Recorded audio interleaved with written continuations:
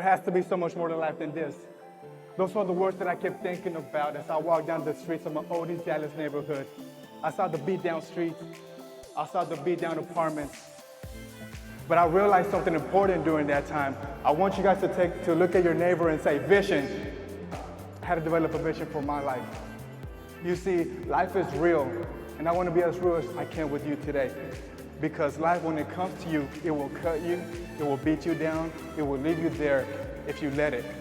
But life can also be good to you if you make it. You see, there's two types of people in this world.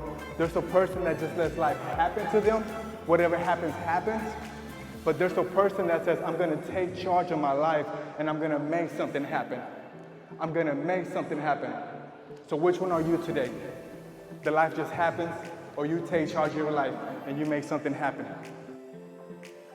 You see, life, the way for me, the way it looked like was my father was deported when I was 14 years old. Who in here is about 14 right now? We have a couple 14-year-olds. My father was deported when I was 14. I got kicked out by my cousin's boyfriend because he didn't like me.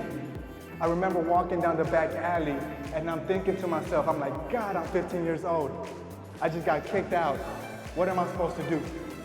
What am I supposed to do? So at that point, I was homeless.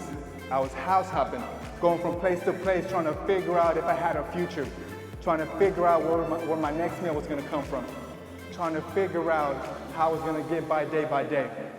And in the midst of that, I realized that I had to develop a vision. I remember being in the back of my sign language class as a freshman in high school, and I'm just in deep thought, and I'm thinking to myself, what do I want to do with my life? What do I want to do with my life? Have you thought about that today? Have you thought about that before? I'm sitting in the back of the class and I'm writing down, I want to do something with words. I want to do something with words, either speaking or writing. Now fast forward to my community college class and I'm getting ready to give my first speech. And I'm feeling nervous and I'm thinking to myself, I might as well get over this nervousness because I'll be doing this for the rest of my life. I spoke that into myself. Because I developed a vision, I learned to envision myself, to see myself as the person I wanted to be. As the person I wanted to be. Because of that, I was able to graduate high school. I became the first person in my family to get a bachelor's degree. I became a citizen in 2020 because I didn't let my situation determine my outcome. I took a step and I said, I'm going to determine my own outcomes.